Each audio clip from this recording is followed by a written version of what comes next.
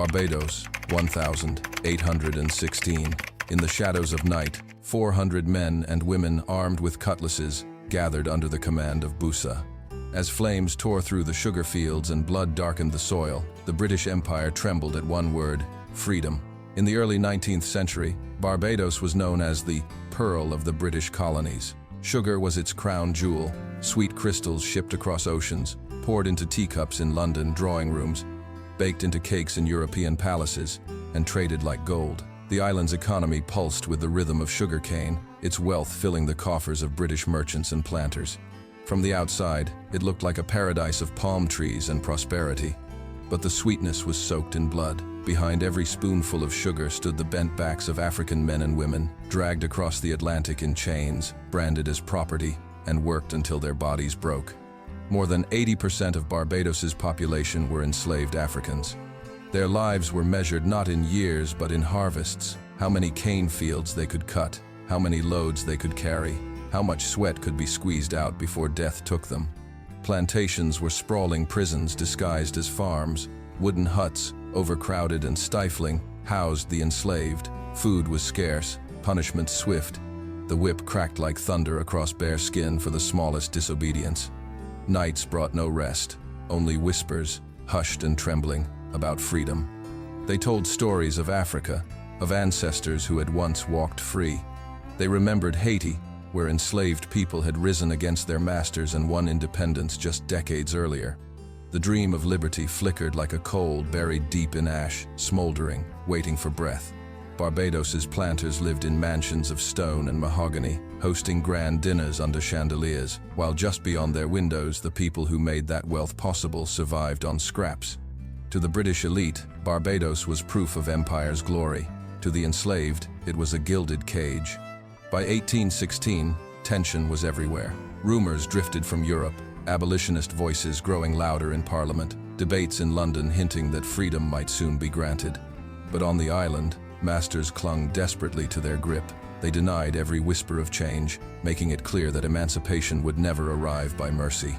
And so, in the shadows of the Sugar Island, the enslaved began to ask the question that history always feared: if freedom would not be given, could it be taken? His name was Bussa. To the British, he was another enslaved man, barely worth mention in their ledgers, but to his people, he was something far greater. Born of African descent, he worked as a ranger on Bailey's plantation, a role that gave him authority over the field gangs. He was not free, no enslaved person on Barbados was truly free, but his position granted him movement, knowledge, and a voice that carried weight among his peers. Bussa was not a man of many words. He did not shout his defiance in the open, for the lash was always ready for those who dared. Instead, he watched, listened, and earned respect quietly. Among the enslaved, his calm presence was a pillar. Where others despaired, he held steady. Where fear silenced tongues, his silence spoke louder. No portrait of him exists. History left no drawing, no detailed description, but those who followed him remembered his presence, tall, strong, with the bearing of someone who refused to be broken. He carried himself not like property, but like a leader. At night, in the cramped huts lit by flickering oil lamps, the enslaved gathered in whispers. They spoke of injustice, of the rumors from England, of the hope that maybe, just maybe, freedom could be theirs. And when Bussa spoke, even briefly, they listened. His words were not wasted. He did not promise miracles, but he planted conviction. In a society where every act of defiance was crushed, Bussa's very existence as a trusted leader was rebellion. He had become a living symbol of what the enslaved longed for: dignity, courage, and the belief that chains could one day be broken. By 1816, the whispers had sharpened into plans. Quiet conversations became secret gatherings. Under the cover of night, Bussa and his fellow leaders sowed the seeds of revolt. He was no longer just a man, he was the embodiment of hope. And when the hour came, he would not hesitate. By 1816, whispers of freedom were carried on the wind. Across the Atlantic, abolitionist movements had gained strength.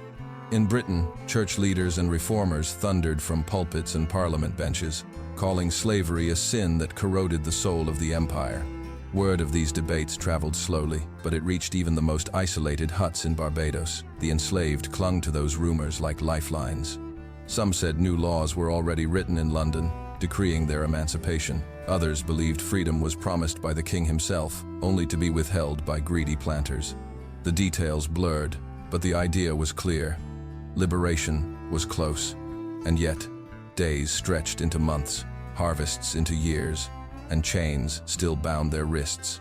For the enslaved, every delay was betrayal. They had given their youth, their health, and often their lives to the sugar empire. And now even the promise of freedom was denied. Resentment grew. Desperation hardened into resolve. Barbados was unlike other colonies. It was small, densely packed, and tightly controlled. The planters believed this made rebellion impossible. Soldiers garrisoned the island, cannons overlooked the ports, and militias drilled in the towns. But power does not lie only in weapons. Power also lies in numbers, in the shared hunger of the oppressed.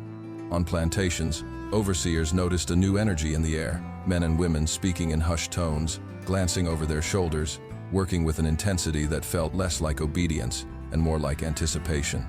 Even songs in the cane fields carried sharper rhythms, as if hiding a message. The memory of Haiti lingered like a storm cloud. Just across the Caribbean, enslaved people had risen in 1791, slaughtering their masters and forging the first black republic in the world. For planters, Haiti was a nightmare. For the enslaved of Barbados, it was proof that shackles could be broken, that blood and fire could remake a world. Bussa, hearing the rumors, understood their weight. He knew freedom would not be handed down. It had to be seized. But revolt was not merely about killing masters, it was about reclaiming humanity. Each whisper, each spark of defiance, added fuel to the fire smoldering beneath the surface of the sugar island. And soon, that fire would no longer wait. The decision was made. The rebellion would begin on Easter Sunday, the 14th of April, 1816. It was a holy day, when masters would be drunk with feasts and distracted by celebration. To the enslaved, it was more than timing, it was symbolism. Resurrection, a new life rising from death. In the nights leading up to Easter, Bussa and his trusted circle gathered in secret. Cutlasses were sharpened, cane knives hidden beneath floorboards, wooden clubs carved in the dark. Every tool of labor could become a weapon of war. Men and women, young and old, pledged themselves to the cause. They had nothing to lose but chains. The meetings were not loud or raucous. They were solemn, almost sacred. In whispers, oaths were sworn: live free or die. Mothers clasped their children, knowing that dawn could bring either freedom or slaughter. Elders, too weary to fight, offered blessings, tears streaking down their faces. Barbados nights were warm and heavy with the scent of cane. In those moments, beneath the stars, the enslaved stood taller. For once, they were not just victims of empire, they were architects of destiny. Bussa himself moved quietly through the gatherings. He did not speak in fiery speeches. His leadership came from presence, from the calm certainty that he would march at the front when the hour came. His authority was not imposed, it was freely given by those who believed in him. Word spread like smoke across the island. From plantation to plantation, men and women prepared. They spoke of burning the mansions, of cutting down oppressors, of seizing the island itself. It was reckless, it was desperate, but above all, it was inevitable. On the eve of Easter, as the planters celebrated in candlelit halls, the enslaved huddled in the shadows. The tools of their suffering lay beside them, transformed into weapons of revolt. The island held its breath, and when the sun set, Barbados would never be the same again. The night of the 14th of April, 1816, arrived heavy with silence. The moon hung pale above the cane fields, its light glinting off blades honed for rebellion. 400 men and women stood ready, their cutlasses reflecting firelight from torches carried high. For weeks they had whispered, sharpened, and sworn oaths. Now, with Bussa at the front, they prepared to turn whispers into thunder. The first target was the plantations themselves, the very heart of Barbados's wealth. Mansions built by slave labor, filled with silver goblets and imported wines, would be the opening stage for justice. At Bussa's command, the rebels surged forward. Cane knives cut through the night air, torches were hurled onto wooden walls, and suddenly, darkness gave way to flames. The cry for freedom echoed across the fields. Now, now! Voices roared. The enslaved, once bound in silence, became an unstoppable tide. Doors splintered, windows shattered. Planters and overseers, drunk on Easter wine, stumbled into chaos, confronted not by obedient laborers but by a force they had dismissed as powerless. Some resisted, drawing pistols or rifles, but their bullets could not hold back the tide. The rebels' blades struck with the fury of centuries, with the vengeance of countless lashes and endless days in the fields. Masters fell, their cries drowned by the crackle of fire. Women and men, long treated as property, now swung weapons with the conviction of free souls reclaiming their humanity. Across the island, the uprising spread like wildfire. Smoke curled into the night sky, visible for miles. Cane fields blazed, plantation houses crumbled, and the air filled with both the scent of burning sugar and the metallic tang of blood. The British Empire had prided itself on control, on the belief that fear kept the enslaved docile. But in that moment, the illusion shattered. The enslaved had risen, the first strike had landed, and there was no going back. What began as 400 became thousands. As word of the rebellion spread, enslaved men and women from neighboring plantations joined the cause. Some carried cutlasses, others farm tools, even sharpened sticks, anything that could pierce, burn, or strike. Their voices rose together, chants of freedom that rolled across the cane fields like waves crashing against rock. Barbados glowed red against the night sky. Entire estates were consumed by fire. The once proud mansions of planters burned to their foundations, their fine furniture and ledgers of profit reduced to ash. The sugar empire built on bondage was collapsing into smoke. From the hills, drums pounded. From the valleys, horns blared. These were not just signals, they were declarations. The enslaved had taken the night, and for the first time in generations, they felt the air of power, of possibility. Fear gripped the island's white elite. Families fled toward Bridgetown, the colonial capital, seeking shelter behind stone walls and British guns. Yet for every retreat, another plantation fell. The uprising stretched across much of the southern and central parishes, a storm of fire and steel sweeping through the island. It was not unorganized chaos. Bussa and his fellow leaders coordinated, striking where the planters were weakest, encouraging unity among the rebels. For many, it was the first time they stood as more than individuals chained to fields. They stood as an army, a people, a force, bound not by chains but by purpose. Witnesses later wrote of the sound, the clash of blades, the screams of masters, the roar of burning cane. But beneath it all was something deeper, a rhythm, a pulse of freedom beating louder with each moment. For a brief, unforgettable span of days, Barbados belonged not to empire, but to the enslaved. The island's chains had cracked, the flames rose higher, and yet the empire would not sit idle. Cannons, muskets, and mounted soldiers were already on their way. The rebellion's flames did not go unnoticed. By dawn, columns of smoke rose like black banners, visible from Bridgetown and beyond. Alarm bells clanged through the capital, summoning troops, militias, and every armed settler willing to defend the empire's grip. Barbados, once thought untouchable, was suddenly a battlefield. The British response was swift and merciless. The island garrison, reinforced by mounted cavalry, moved into the countryside. Cannons were hauled along dirt roads, their wheels cutting deep grooves in the soil. Muskets were distributed to militia bands. Merchants, clerks, and planters' sons turned soldiers overnight. They marched with a single mission: crush the uprising at all costs. The clash between empire and rebels was brutal. Cutlasses, clubs, and fire met steel bayonets and gunpowder. On open fields, the rebels fought fiercely, surging forward with chants of freedom, but bullets tore through their ranks. Muskets fired in disciplined volleys, mowing down men and women who had only days earlier cut cane instead of throats. The rebels struck back with ambushes, slipping through cane fields, setting traps, igniting fires to disorient the soldiers. For every skirmish lost, another flare of resistance lit up the island.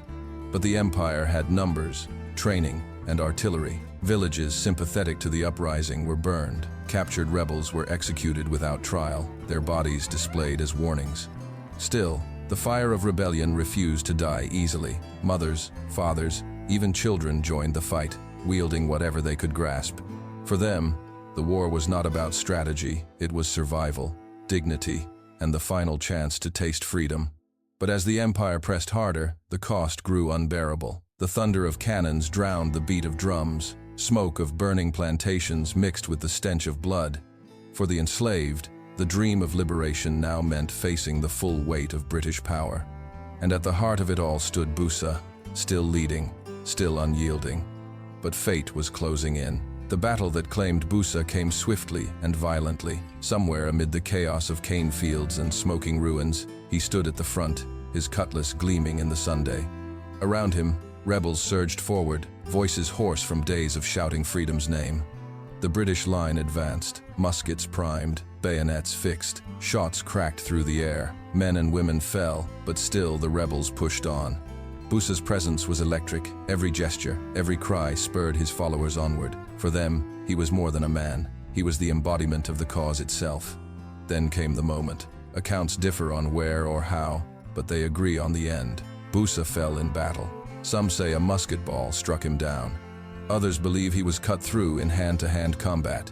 However it happened, the effect was the same. When Bussa's body hit the earth, the rebellion's spirit shuddered. His death did not stop the fighting. Immediately, rage carried the rebels forward, but it tore a hole in their heart. Without their leader, unity frayed, direction faltered. The empire pressed its advantage. Cannons roared, cavalry charged, and muskets cracked relentlessly. The uprising, which had burned so brightly, began to falter. Rebels were hunted, cornered, executed. Plantations once claimed in victory were retaken by force. By the time the sun set on those final clashes, hundreds lay dead. Survivors faced hangings, whippings, or exile.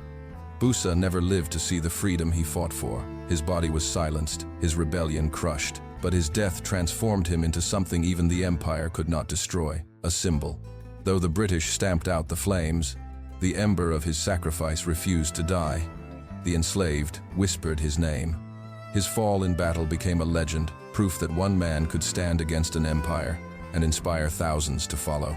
Bussa's rebellion ended in blood, but his story was just beginning. Though the rebellion was crushed, the echoes of Bussa's uprising reverberated far beyond the cane fields of Barbados. The British authorities declared victory, yet even in triumph they felt fear.